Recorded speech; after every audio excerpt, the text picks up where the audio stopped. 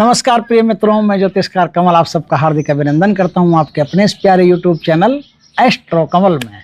Astro कमल में आज मैं आपको एक ऐसी चीज़ बताने जा रहा हूं, जिंदगी में कितनी ही बड़ी परेशानी आ गई हो, कैसा भी दुख आ गया हो, कैसा भी संकट आ गया हो, आप अपने संकटों, अपने दुखों, अपनी परेशानियों को देखते देखते मिटा सकते हो, खत्म कर सकते हो, जड़ से खत्म कर सकते हो। और करना क्या, कोई भी माला की जरूरत नहीं, कोई भी गुरु की आवश्यकता नहीं। हालांकि गुरु की आवश्यकता तो पड़ती है कि गुरु के प्रति श्रद्धा, विनम्रता, आस्था रखे बिना अब किसी भी शक्ति को, शक्ति तो छोड़ो, शक्ति तो बड़ी बात है, शक्ति तो दूर की चीज है, वो तो महीनों लेती है सिद्ध होने में, छोटी सी रेमेडी नहीं कर सकते। गुरु को प्रणाम किए बिना, गुरु का आशीर्वाद लिए बिना, गुरु से प्रेम रखे बिना, गुरु से प्रेम पूर्ण भावना के बिना आप अपने जीवन में आध्यात्मिक शक्तियों का ऐसे ही उपयोग नहीं कर सकते। कोई कहता है माचिस की डब्बी वहाँ रखो, कोई कहता है दीपक वहाँ रखो, पिंपल के नीचे ये रखो, बरगद के नीचे ये रखो, कुछ भी रख लो, कोई फर्क नहीं पड़ेगा जब तक आप गुरु से आशीर्वाद नहीं लेते। गुरु का आशीर्वाद लेना, गुरु के प्रति प्रेम रखना, गुरु के प्रति श्रद्धा रखना। क्योंकि परमात्मा ये कहता है कि इस धरती पर मैंने अपने रूप में आपको गुरु दिया है। गुरु के प्रति जितने आप श्रद्धावान हो, उतने ही आप मेरे प्रति श्रद्धावान हो और उतना ही मुझसे आप लाभ ले सकते हो। यदि देखो, देवता तो देवता, राक्षस भी गुरु के बिना नहीं चलते थे। और मजे की बात तो यह है कि देवताओं से ज्यादा राक्षस गुरु भक्त होते थे। देवताओं से ज्यादा भक्त, देवताओं से ज्यादा शक्तिशाली भक्त, एकदम प्रेम करने वाले गुरु से, एकदम गुरु के लिए जान दे देने वाले राक्षस, राजा बलि हो, चाहे कोई जितने भी बड़े राक्षस हो, प्रहलाद के पिता हो हिरण्यकश्यप, गुरु के बिना कोई नहीं। गुरु के बिना कोई भी आगे नहीं चला, चल भी नहीं सकते आप कोशिश करके देख लो, कितने उपाय कर लो, किसी भी उपाय से कोई फर्क नहीं पड़ने वाला, किसी भी मंत्र से कोई फर्क नहीं पड़ने वाला जब तक गुरु के प्रति आपकी आस्था नहीं है, आपके मन में गुरु के प्रति प्रेम नहीं है, गुरु के प्रति श्रद्धा नहीं है। क्योंकि प्रकृति ने एक पुरुष बनाया। आपने क्रिश्चियनिटी तो खुद देखी होगी, क्रिश्चियनिटी में अक्सर एक क्या होता है, कन्फेशन रूम होता है उनकी चर्च में। उस कन्फेशन रूम में फादर एक साइड में खड़ा रहता है और एक साइड में जो कन्फेशन करने वाला होता है कि मैंने क्या पाप किए हैं, वो परमात्मा के सामने, वो जो फादर होता है, फादर के सामने वो पाप अपने जो है ना डिस्कवर करता है। तो उसका मतलब क्या है कि मैंने एक इंसान को अपने पाप बता दिए, गुरु के रूप में एक ऐसे इंसान का चुनाव किया जिस इंसान के सामने मैंने अपने आप को पूरी तरह से खोल दिया। और ये खोलना आप प्रेम से करते हो कि मैं अपने गुरु के प्रति श्रद्धा रखता हूँ, पूर्ण विश्वास रखता हूँ, पूर्ण आस्था रखता हूँ, और अब मैं अपने आप को गुरु के प्रति पूर्णतया एकदम डिस्कवर करता हूँ। मैं जितना भी पाप किया हूँ, जितना भी पुण्य किया हूँ, अच्छा कर्म किया हूँ, बुरा कर्म किया हूँ, सारे के सारे कर्म मैं गुरु के सामने खोलता हूँ।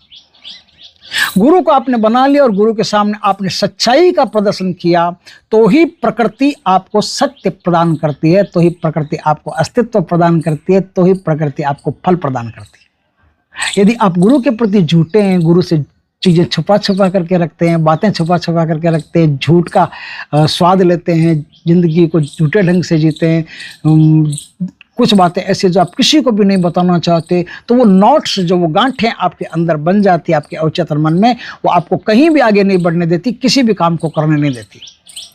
इसलिए जिंदगी में एक मनुष्य, एक इंसान ऐसा होना चाहिए जो भगवान का प्रतिनिधित्व करता हो धरती पर, वो गुरु होता है।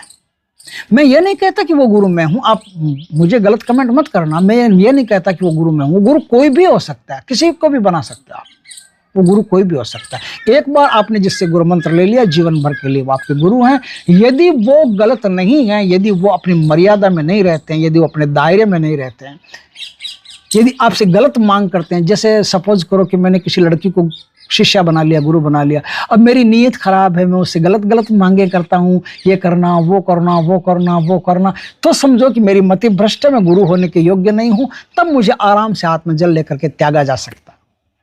यदि मैं आपसे पैसे निकालने की कोशिश करूं, बार बार, कभी 50,000 निकलवाऊं, कभी 10,000 निकलवाऊं, बिना आवश्यकता के आपसे दान लेता रहूं, गुरु दक्षिणा दो भाई, ये दान दो भाई, तुम गुरु के प्रति श्रद्धावान हो, नहीं, वहां वो चोर है, गुरु नहीं है, वो कालनेमी है जो साधु बन करके आया है। तो ऐसे गुरु को एक पल में त्यागा जा सकता है, उसका त्याग किया जा सकता है। फिर दूसरा कोई परम संतोषी आदमी, परम सरल चित्त का व्यक्ति, ऐसा व्यक्ति जिसके अंदर परमात्मा का वास आपको नजर आने लगे, ऐसा व्यक्ति जहां आपको नजर आने लगे कि इसमें ही वो सहज आकर्षण है जो हमारी ऊर्जा को बहुत ही आसानी से एकदम इजली खींच रहा है, आप अपनी जिंदगी में उसी को ही गुरु बनाइए। एक बार गुरु बना लिया फिर गुरु बदला नहीं जाता। जब तक गुरु अपनी मर्यादा का पालन करता है, जब तक शिष्य अपनी मर्यादा का पालन करता है, शिष्य और गुरु दोनों मर्यादा के दायरे में, तब तक गुरु को बदलना मतलब ये समझ लो कि आपने अपनी जिंदगी में भगवान को बदल लिया है। आप भगवान को तो आदमी बदल लेता है 2 मिनट में, कभी खाटू वाले श्याम जी को तो कभी सालासर वाले हनुमान जी को 1 मिनट लगता है बदलने में।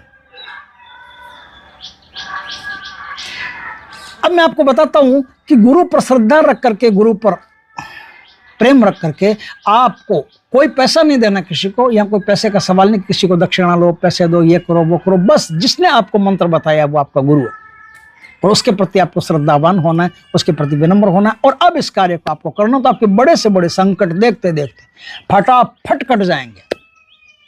देखते देखते बड़े से बड़े संकट आपके फटाफट कट जाएंगे। आप आश्चर्य करोगे कि वाह यार, बहुत ही अद्भुत, बहुत ही सुंदर मंत्र आप लेकर के आए हो गुरु जी। तो मैं आपको एक मंत्र सुनाता हूं। उस मंत्र में न तो किसी माला का आपको प्रयोग करने की आवश्यकता है, उस मंत्र में न किसी कोई खास पैसा लगाना, 1 रुपया भी नहीं लगाना आपको। आप अपने घर बैठे आराम से बिल्कुल तबीयत से उस मंत्र के द्वारा अपने जीवन को एकदम सुरक्षित कर सकते हो, अपने जीवन की बाधाओं को नष्ट कर सकते हो। तो दोस्तों मंत्र क्या है, ध्यान से सुनिए। वो मंत्र है ओम तारे तू तारे नष्ट करो सब विघ्न हमारे, ओम तारे तू तारे नष्ट करो सब विघ्न हमारे। सबको काट भी सकते हो।